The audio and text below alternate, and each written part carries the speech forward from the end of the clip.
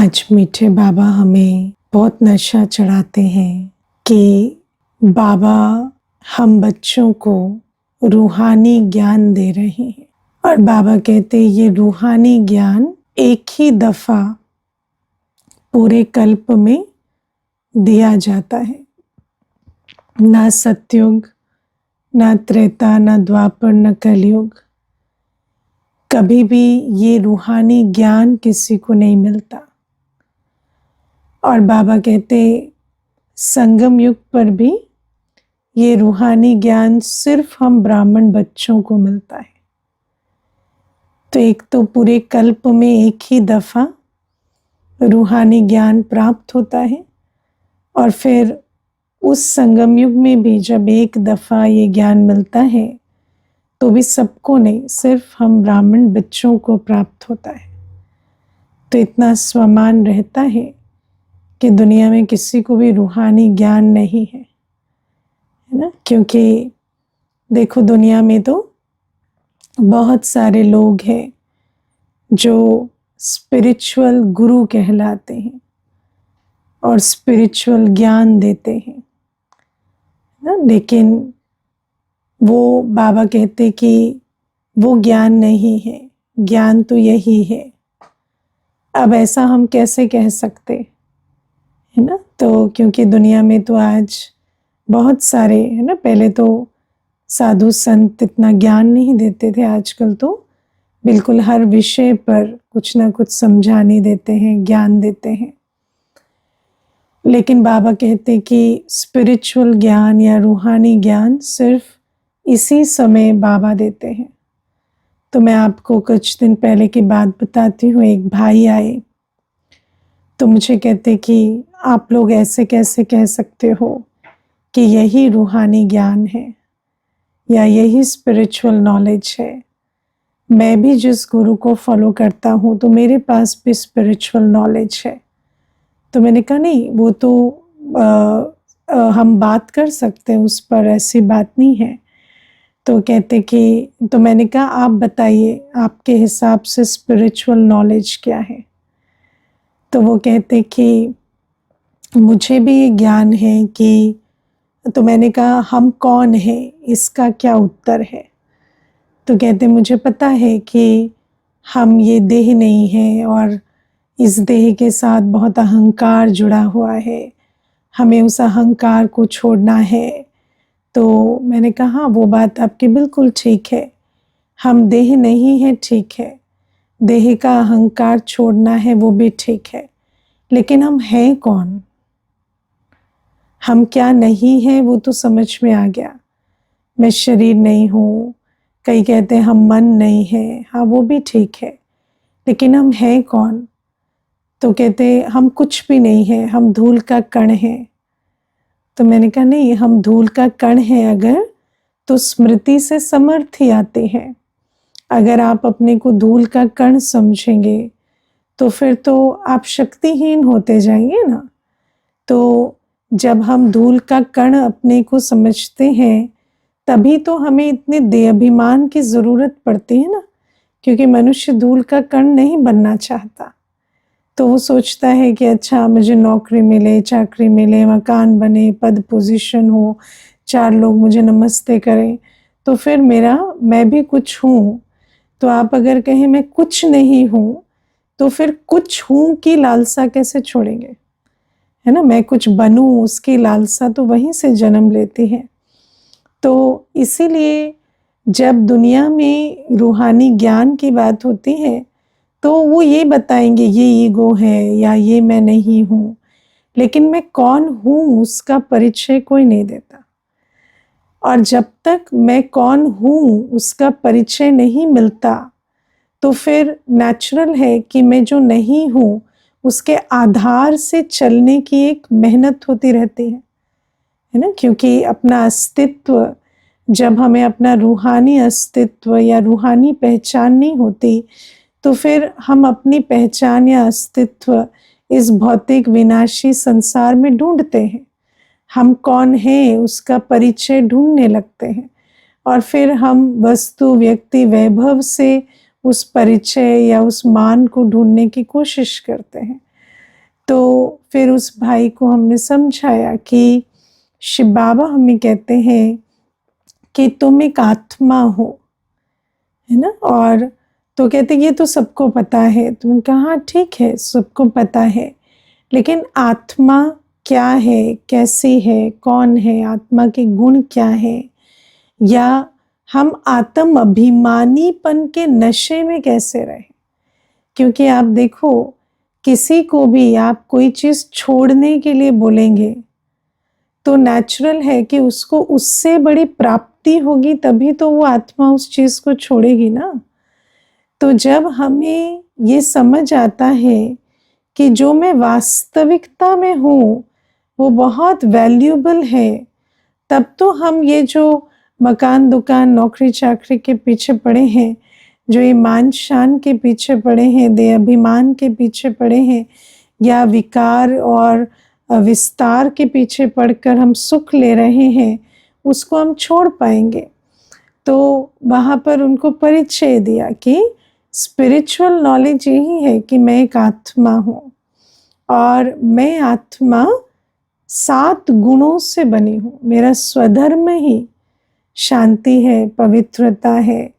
मुझ आत्मा को बाबा का वर्षा है, 7 गुण, ज्ञान, पवित्रता, शांति, प्रेम, सुख, आनंद, शक्ति, वो मेरा वर्षा है। और फिर ज्ञान ये है कि मैं आत्मा हूँ और आत्मा ने 84 जन्म लिए हैं, और आत्मा 84 जन्म लेते लेते सतो प्रधान से सतो रजो तमो तमो प्रधान में आ गई। और अब ज्ञान क्या है, किस पुरुषार्थ से मैं पुनः सतो प्रधान बन सकती हूँ, वो ज्ञान है ना। ज्ञान ये भी है कि मैं आत्मा हूँ, ज्ञान ये भी है कि मैंने 84 जन्म लिए हैं, और ज्ञान ये है कि मैं अब 84 जन्मों के बाद जब तमो प्रधान बन गई हूँ तो मैं कैसे पुनः सतो प्रधान बनूं, वो स्पष्ट विधि को जानना, वो ज्ञान है। क्योंकि ज्ञान माना जो हमें शक्ति दे, जो हमें सामर्थ्य दे, जो हमारी सद्गति करे। तो ऊंचा उठाने वाला या गति जो हमारी अपलिफ्टमेंट करने वाला या उन्नति करने वाला ज्ञान क्या है, वो विधि जानना जिससे मैं तमो प्रधान से सतो प्रधान बन सकती हूँ। तो ये जो स्पिरिचुअल नॉलेज है कि मैं कौन हूँ, मैं ईश्वरी संतान हूँ, और कैसे बाबा की याद से मुझे फिर से सतो प्रधान बनना है, राजयोग की विधि, ये ज्ञान है। क्योंकि ये जानना कि मैं क्या नहीं हूँ, या उन बातों को जानना जो मेरे कंट्रोल में नहीं है, उसको ज्ञान नहीं कहते। ज्ञान उसे कहते हैं जो हम जाने और उसको प्रयोग करें तो हम उन्नति को पाए, प्राप्ति को पाए। तो बाबा हमें ये रूहानी ज्ञान देते हैं, और बाबा हमें समझ देते हैं कि आत्मा के गुण क्या है, और आत्मा अपने गुणों में स्थित रहे। बाबा हमें ये भी ज्ञान देते हैं कि आत्मा मन बुद्धि संस्कार की मालिक है ना। बाबा हमें समझाते हैं कि तुम भाषा में क्या कहते हो, मेरा मन, मेरी बुद्धि, मेरे संस्कार। तो जो मेरा है उस पर मेरा पूरा अधिकार है। बाबा हमें ये ज्ञान देते हैं, ये समझ देते हैं कि मैं अपने मन बुद्धि संस्कार की मालिक हूँ। मेरे मन में किन संकल्पों की रचना करनी है, मुझे किस भावना की रचना अपने मन में करनी है, किस वृत्ति से किसी को देखना है, किस दृष्टि से किसी को देखना है, क्या कर्म करने हैं, वो कंप्लीटली मेरी चॉइस है। तो ये ज्ञान भी कि मैं आत्मा स्वराज अधिकारी हूँ, मैं मन बुद्धि संस्कार की इंद्रियों की मालिक हूँ, ये भी बाबा हमें देते हैं। और फिर प्यारे बाबा हमें ज्ञान देते हैं कि 84 जन्मों का पाठ तुम में नूंद है, तुम्हें अपना पाठ बजाना है। छोटी सी बिंदी हो तुम, तुम्हें अपना पाठ बजाना है ना। मान लो एक सीडी है, उस सीडी के अंदर गाना है, रिकॉर्डेड है।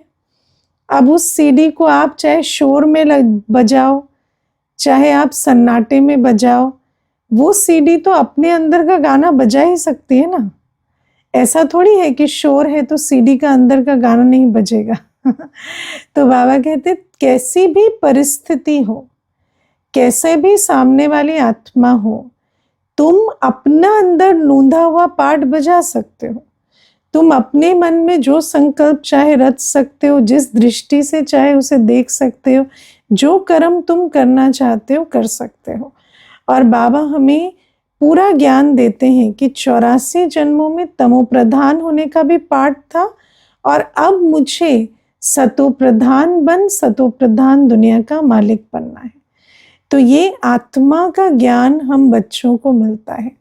और फिर प्यारे बाबा हमें इतना स्वमान की सीट पर बिठाकर कि मैं आत्मा जो स्वराज अधिकारी हूँ, मैं अपने कर्मों से अपनी अवस्था को ऐसा बनाऊं कि मैं सतोप्रधान दुनिया का मालिक बनूं, ये लक्ष्य देते हुए बाबा हमें डायरेक्शंस देते हैं कि अब हमें सहना है ना। ये समय कौन सा है? ये सहने का समय है। मान अपमान, दुख सुख, निंदा स्तुति, ये सहन करना है। अब सहन करने का जो चित्र है वो क्या है? हाँ, बच्चा पत्थर मार रहा है आम के पेड़ पर, और पेड़ जो है वो उसे आम दे रहा है। लेकिन विचार करो, जब हम सहन करने की बात करते हैं दुनिया में, जैसे सहन शब्द आता है तो सहन शब्द में थोड़ा सा बोझ का भाव आता है ना। कि जैसे कोई कहे आपको ही सहन करना है, तो हमें बड़ी खुशी नहीं होती कि हमें सहन करना है ना। अगर यहाँ पर दुनिया में 5 लोगों को पूछा जाए कि आप में से कौन है जो सहन करना चाहते हैं, तो शायद कोई भी हाथ नहीं उठाएगा। लेकिन बाबा हमें कहते हैं कि जो ज्ञान में जो हमें सहन करने की जो बात समझाई जाती है वो ये है कि सहन शब्द के साथ शक्ति जुड़ी है, और सहन के साथ शील शब्द जुड़ा है। सहनशील और सहन शक्ति। तो सहनशीलता है माना आत्मा की सुंदरता है, सहन कर पाना, और सहन करना एक शक्ति है। और बाबा हमें कहते ज्ञान मार्ग में सहन करना कोई बुरी चीज नहीं कही जाती है। ज्ञान मार्ग में सहन करना माना सहनशाह बनना है ना। कौन कौन सहन करता है ज्ञान मार्ग में? जो शहंशाह बनने की तकदीर रखता है वो सहन करता है ना। ज्ञान मार्ग में जो सहन नहीं कर सकता, इसका मतलब उस आत्मा के अंदर कमजोरी है, शक्तिहीन है वो आत्मा, क्योंकि सहन करना एक शक्ति का स्वरूप है।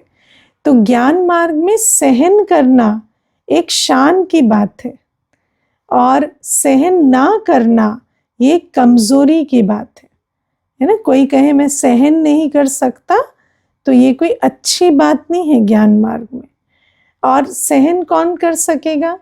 जो लदा हुआ पेड़ है ना। तो बाबा कहते हैं सहनशील होना, या हमें संगम युग पर बाबा कहते हैं मान अपमान, हानि लाभ, निंदा स्तुति, या जो क्या कहें दुख सुख सहन करना पड़ता है। माना हम आत्मा इतनी भरपूर है, इतनी आत्म अभिमानी स्थिति में है कि कोई भी हमें कुछ भी दे, हम बहुत सहज उसे शुभ भावना शुभकामना दे पाते हैं, है ना। आप देखो दुनिया में कोई भी हमें कुछ देता है, चाहे कोई हमें प्यार देता है, चाहे अपमान के बोल बोलता है, चाहे सम्मान देता है, चाहे कोई ग्लानि करता है, चाहे कोई प्रशंसा करता है, जो भी जो कुछ देता है, उस एनर्जी के साथ हम 3 चीजें कर सकते हैं। पहली, जिसने जो दिया उसे वही वापस कर दो, है ना। ये कौन करता है?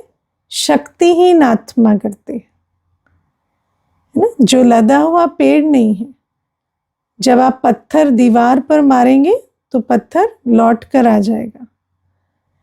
तो हम दीवार तो नहीं है ना, हम तो लदा हुआ पेड़ है।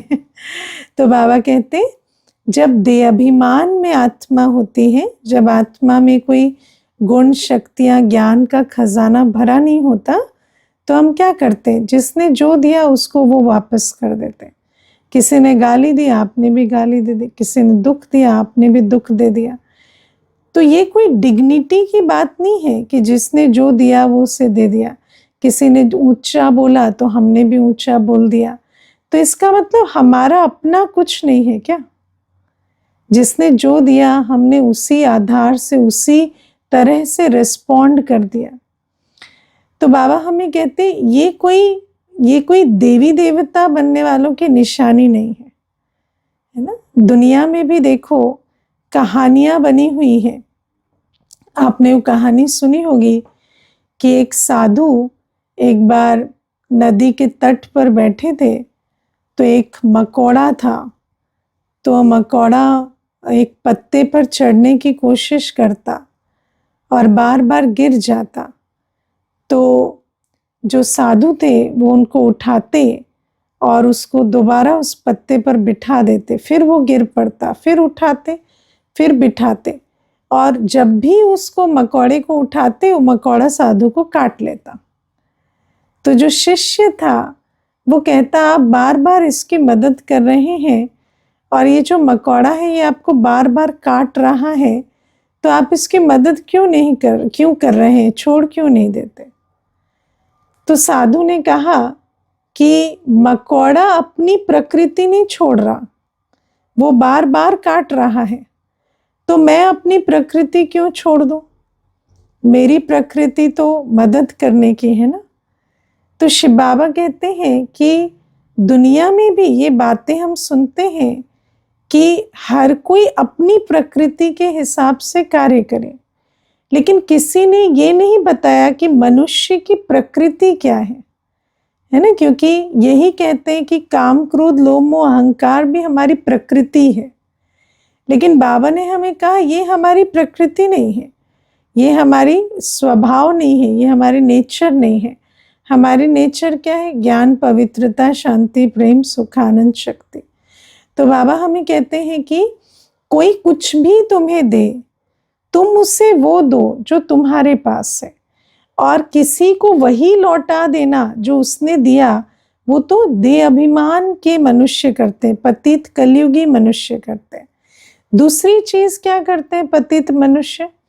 किसी ने अपमान दिया, किसी ने ग्लानि दी, किसी ने दुख दिया, तो आपने क्या किया? उसको सेम लौटाया नहीं, लेकिन उसे अपने दिल में समा कर रख लिया, जिसको कहते हैं दुख लेना, है ना। तो हमने दुख दिया नहीं, पर हमने दुख ले लिया और अपनी दिल को क्या किया? बोझिल कर दिया, मलिन कर दिया। तो बाबा कहते ये भी शक्तिहीन आत्मा करते हैं, जिसके अंदर सहन शक्ति नहीं है। तो वो आत्मा क्या करेगी? या तो दुख देगी, या दिया नहीं तो लेकर रख लेगी और अंदर ही अंदर जैसे दुखी होती रहेगी। और बाबा हमें कहते हैं दुख देना पाप है, दुख लेना भी पाप है। और बाबा हमें कहते हैं जो देही अभिमानी है, जो शक्ति संपन्न है, गुण स्वरूप आत्मा है, वो क्या करेगी? किसी ने कुछ भी दिया, आप उसे परिवर्तन कर लेंगे। ज्ञान बल, योग बल, गुणों के बल से आप उसे परिवर्तन कर लेंगे। किसी ने दुख दिया, अपमान दिया, उल्टे बोल बोले, कोई बात नहीं, आपको उसको उसी तरह से वापस देने की या दुखी होने की कोई आवश्यकता नहीं, क्योंकि आपके अंदर सहन शक्ति है। आप उसे परिवर्तन कर देते हैं अपनी शुभ भावना, अपनी शुभकामना से। और आप देखो बाबा ने हमें ज्ञान की कितनी अच्छी पॉइंट इस संदर्भ में दी है। बाबा हमें कहते हैं कि हर आत्मा जो दुख देती है वो कमजोर है ना। जैसे हम दुनिया में समझते हैं जो दुख देता है वो बुरा है, लेकिन बाबा ने हमें क्या समझाया? जो दुख देता है वो दुखी है। आप विचार करके देखो, आपने पिछली बार जब किसी को कड़वा बोला या किसी की निंदा की या अपमान किया, तो क्या आप बहुत अच्छी स्थिति में थे जब आपने ये किया? नहीं। व्यक्ति कब ये करता है? जब वो स्वयं दुखी है, जब वो स्वयं कमजोर अवस्था में है। तो बाबा कहते अपनी दृष्टि को बदलो कि ये एक आत्मा भाई है और ये कमजोर है, तो इसको क्या चाहिए? इसको सहारा चाहिए। अगर हमारे भाई बहन कोई कमजोर हो जाए तो हम क्या करते हैं? उनके साथ बदला लेते हैं क्या? हाँ? भाई बहनों के साथ बदला लिया जाता है। हाँ? कईयों में ना बदला लेने की आदत होती है, देखा है? चाहे कोई भी संबंध हो, वो बदला लेते हैं। उसने मेरे साथ ये किया ना, मैं भी उसके साथ ऐसे करूंगा। लेकिन वास्तव में कोई भी आत्मा जो दुनिया में भी जिनमें थोड़ी भी शक्ति है, चलो वो अज्ञानियों, चलो वो दुनिया वालों के साथ चलो दूसरा व्यवहार करेंगे, लेकिन अपने लौकिक भाई बहन या बच्चों के साथ या माता पिता के साथ तो बदला नहीं लेंगे ना। अगर मान लीजिए किसी ने कोई कड़वा भी कुछ कह दिया तो यही समझेंगे अच्छा इनका मूड ठीक नहीं था या ये प्रॉब्लम थी इसीलिए बोल दिया, कोई बात नहीं। अभी हम इनसे बदला थोड़ी लेंगे या इनको इनके प्रति ऐसा थोड़ी सोचेंगे। मुझे अभी एक कन्या है तो वो बताती कि मेरा जो भाई है, कहती हम 2 बड़ी बहनें हैं और छोटा भाई है, तो स्कूल जाता है। तो कहती आजकल वो गालियां सीख गया है स्कूल से, तो जब वो घर आता है तो गालियां देता है। तो कहती पर दीदी है तो छोटा भाई ना, तो वो गाली भी देता है तो उसको हम ऐसे बिठाते हैं, कभी कान भी खींच देते हैं, लेकिन उसको यही ना करेंगे कि समझाते हैं तो ऐसे गाली नहीं दे सकता है गाली नहीं देनी है तुम्हें, ये गंदा शब्द है, ये नहीं बोलना, लिख। तो कहती मैंने उसको 1000 बार लिखवाया कि मैं ये शब्द नहीं बोलूँगा तो वो ऐसे बार बार लिख कर देता। तो 1000 बार जब एक बार लिखा, 2 बार लिखा, तो अब थोड़ा केयरफुल रहता है। तो आप विचार करो कि लौकिक में भी भाई बहन होते हैं या भाई भाई होते हैं, तो कोई एक दूसरे से बदला थोड़ी लेते हैं। तो बाबा कहते ये भी कौन है? आत्मा भाई है ना, मैं भी आत्मा हूँ और ये भी आत्मा भाई है, और ये जो भी कर रहे हैं ये परवश होकर कर रहे हैं, तो हमें भी उनके प्रति कोई ऐसा नहीं वो जैसा करें वैसा हम भी करने लगे। नहीं, वो ताली बजाए मुख की, हम ताली ना बजाए, क्योंकि हम अपने स्वमान में अपने स्वधर्म की स्मृति में हैं। और फिर हमें रहम दिली भी है कि भाई है, हम उस आत्मा को देख रहे हैं, अपने उस ईश्वरीय संबंध को देख रहे हैं उनके साथ कि ये मेरा आत्मा भाई है। ये नहीं देख रहे कि फला ने ऐसा कह दिया, ऐसा कर दिया, तो भी क्या हो गया, है तो आत्मा ना। तो जब ऐसा देखते हैं तो उस आत्मा को उस आत्मिक दृष्टि से देखकर और फिर उस आत्मा को भी स्मृति दिलाते हैं कि तुम कौन हो, तुम्हारे गुण क्या है, तुम्हारी शक्तियाँ क्या है।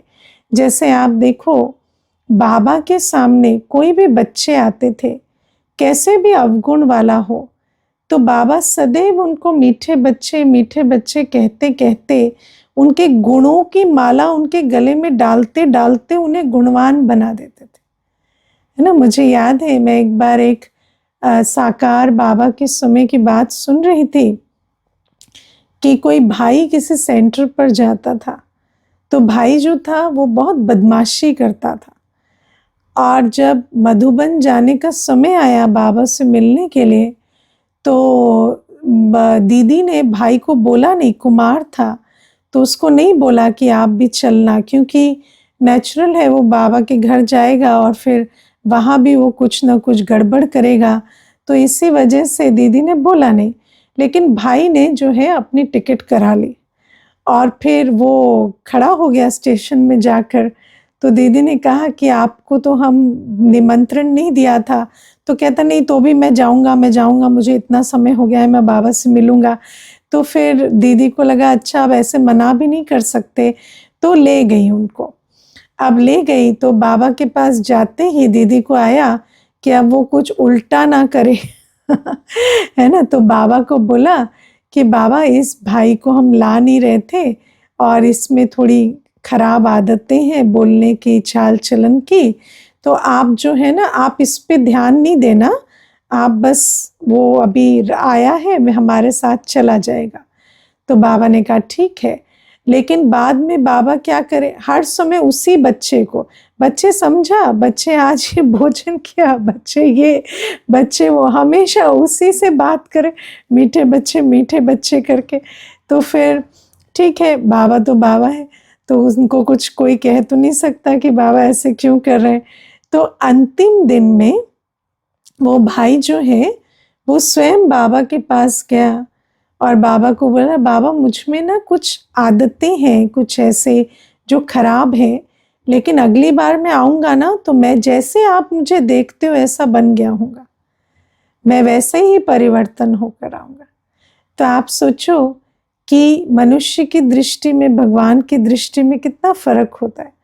तो बाबा कहते ऐसे हमें भी, जब हम आत्मा भाई को देखेंगे, उनके संस्कारों को नहीं देखेंगे, तो उन संस्कारों को, ओरिजिनल संस्कारों को बल मिलेगा। और बाबा हमें कहते हैं किसी की सिर्फ ये नहीं कि क्रोध की ताली, लेकिन काम की ताली या विकारों की भी ताली किसी के साथ नहीं बजानी है ना। कई बार ऐसा भी होता है कि मानो किसी ने उल्टा नहीं बोला, कोई अपमान नहीं किया, कोई ग्लानि नहीं की, लेकिन किसी की विकारी दृष्टि है, चलन है, तो उससे हमारा क्या जाता है। हमारी तो विकारी दृष्टि नहीं है ना, हमारे तो संस्कार पवित्र है ना, हम बाबा की याद में हैं, तो हम उसे भाई भाई की दृष्टि से देखें। और जब हमारी दृष्टि पवित्र होगी तो उनकी भी दृष्टि धीरे धीरे बदल जाएगी। ऐसे भी कई एपिसोड्स हुए हैं। बाबा कहते कई बच्चे होते हैं जो आकर अपना कन्फेशन भी देते हैं कि हाँ बाबा हमारी क्रिमिनल दृष्टि है, लेकिन ऐसे बहुत सेंटर्स पर भी आते हैं, कहते हैं कि हमारी क्रिमिनल दृष्टि है, तो क्या हो गया, वो अपने आप को परिवर्तन करने ही तो आया है ना। तो हमें अपनी दृष्टि को ऐसा नहीं रखना। तो बाबा कहते तुम बच्चों को कल्याण करना है विश्व का, तो तुम्हें ऐसी दोष दृष्टि किसी के प्रति नहीं रखनी, तुम्हें हर एक को अपनी दृष्टि से परिवर्तन करना है। तो तुम्हारे अंदर इतनी सहन शक्ति होनी चाहिए कि कोई किसी भी एनर्जी को लेकर आए, तुम अपने दिल से उनको शुभ भावना, शुभकामना ही नहीं, लेकिन मुख से आत्मिक दृष्टि को रखते हुए रूहानी ज्ञान देकर उनको भी आत्म अभिमानी बना सको। और बाबा हमें ये बात समझाते हैं कि जब हम किसी से भी बातचीत करते हैं, संबंध संपर्क में आते हैं, तो हमारे बोल का तो प्रभाव होता है, लेकिन हमारी दृष्टि वृत्ति का बहुत प्रभाव होता है। इसीलिए बाबा कहते हैं किसी को रूहानी नॉलेज सुना रहे हैं तो पहले हमारी दृष्टि रूहानी होनी चाहिए, है ना। हम आत्मा का ज्ञान आत्मा को देखते हुए सुनाएं। सबसे पहले तो आत्मा का ज्ञान हम बाबा से सुने, आत्मा देखते हुए। हम शिव बाबा की स्मृति में, शिव बाबा की याद में मुरली सुने, शिव बाबा मुझसे बात कर रहे हैं उस रस से सुने। और फिर जब किसी को भी ज्ञान सुनाते हैं तो उसको भी आत्मा देखकर ज्ञान सुनाए, तब जाकर उनको तीर लगेगा। और बाबा कहते जब तीर लगेगा तो वो आत्मा भी अपनी आत्मिक स्मृति में स्थित हो जाएगी। अच्छा, एक प्रश्न है, दूसरों को एक्सेप्ट करना या सहन शक्ति प्रयोग तो तब करेंगे जब सेल्फ एक्सेप्टेंस या सेल्फ लव हो, वो कैसे हो। हाँ, तो अपने आप को हमेशा अपने संस्कारों से भी भिन्न कर कर देखो, है ना। जब हम आत्मिक अभ्यास करते हैं तो आत्मिक अभ्यास क्या है, मैं शरीर से अलग हूं, मैं अपने संस्कार से भी अलग हूं। अपने आप को अपने ओरिजिनल संस्कार में देखना। इसीलिए तो जब हम किसी आत्मा को भी भाई के रूप में देखते हैं तो ऐसे नहीं कि उस आत्मा के संस्कारों को देखना, है ना। कई बार तो मनुष्य कहते हैं ना ये पाप आत्मा है ना। तो मुझे एक बार कोई कहते थे दीदी ये बात ठीक है कि सब आत्मा है, लेकिन कोई कोई पाप आत्मा है। तो पाप आत्मा तो है अभी वर्तमान, लेकिन कोई भी मूल रूप में पाप आत्मा नहीं है। तो आत्मा देखना माना क्या? आत्मा को उसके ओरिजिनल संस्कार में देखना। आत्मा वर्तमान जिन संस्कारों में है उसको ना देखना। तो जब हम भी आत्म अभिमानी होकर बैठते हैं तो इस देह को, वर्तमान संस्कारों को, सबको भूल कर बैठे। और जैसे मेरा बाबा पवित्रता का सागर है, ऐसे अपने मास्टर पवित्रता के सागर स्वरूप को इमर्ज करके बैठे। और बाबा कहते जब ऐसा करेंगे तो फिर अन्य को भी अपनी रूहानी बोल से, रूहानी दृष्टि से उनको भी आत्मिक स्थिति में स्थित कर पाएंगे।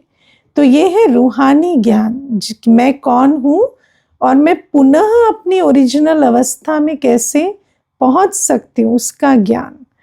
और फिर प्यारे बाबा हमें आज कहते हैं कि हम बच्चों को मेहनत करनी है ना। हर चीज में मेहनत लगती है। दुनिया में तो जब आप कहेंगे मेहनत करो तो मनुष्य कहेगा चलो बताओ कहाँ हाथ पांव चलाने हैं, है ना, क्योंकि मनुष्य तो सिर्फ जिस्मानी मेहनत को समझता है। लेकिन बाबा कहते जैसे रूहानी ज्ञान बाबा समझाते ऐसे रूहानी मेहनत भी बाबा सिखाते। रूहानी मेहनत क्या है? विचार सागर मंथन कर कर स्मृति स्वरूप होने की मेहनत। सारे दिन मन बुद्धि को रूहानी सत्य में पर अटेंशन रखकर उस स्मृति स्वरूप में रहने की मेहनत। मैं आत्मा हूं, ये अभ्यास करने की मेहनत। सामने वाला आत्मा है, ये देखने की मेहनत, ये भी मेहनत है। और बाबा कहते हैं जैसे रूहानी ज्ञान बाबा देते हैं, रूहानी मेहनत बाबा सिखाते हैं, और इस मेहनत से हम विश्व का मालिक बनते हैं, है ना। दुनिया वाली मेहनत से हम विश्व का मालिक नहीं बन सकते। तो बाबा ये मेहनत हमें सिखाते हैं। और बाबा कहते जो बच्चे ये मेहनत करते हैं उनके अपने जो क्रिमिनल संस्कार हैं वो अटेंशन देते देते परिवर्तन हो जाते हैं। क्योंकि बार बार जब अटेंशन देते हैं और उस आधार से कर्म करते हैं तो संस्कार बनने का जो नियम है, नए कर्मों से नए संस्कार बन जाते हैं। तो ये भी प्यारे बाबा हमें समझाते हैं। फिर प्यारे बाबा आज हमें कहते हैं कि बाबा जो कहते हैं उस पर विचार सागर मंथन करो और जज करो कि क्या राइट है और किससे मेरा फायदा होता है ना। दुनिया में आप देखो मनुष्य सत्य असत्य, राइट रॉन्ग में बहुत जाता है, लेकिन बाबा आज हमें बहुत सुंदर बात समझाते हैं। राइट क्या है? जिससे मेरी उन्नति हो, है ना। कोई रॉन्ग है ये समझने से मेरी उन्नति नहीं होगी। लेकिन अगर मैं समझती हूँ वो एक आत्मा है, उसका संस्कार रॉन्ग है पर वो एक आत्मा है और वो पवित्र है, तो ऐसा समझने से मेरी उन्नति होगी। क्योंकि मेरी जो क्रिमिनल दृष्टि है, मेरे जो संस्कार है वो बदलेंगे, है ना। तो बाबा हमें कहते हैं जिस बात में मेरी उन्नति है उस बात को मुझे राइट समझना है। दुनिया के रॉन्ग राइट में हमें नहीं जाना। मान लीजिए कोई किसी के बारे में कुछ बता रहा है, वो बात राइट है, वो बात सत्य है, लेकिन उस बात को सुनने से या वर्णन करने से मेरी उन्नति नहीं हो रही।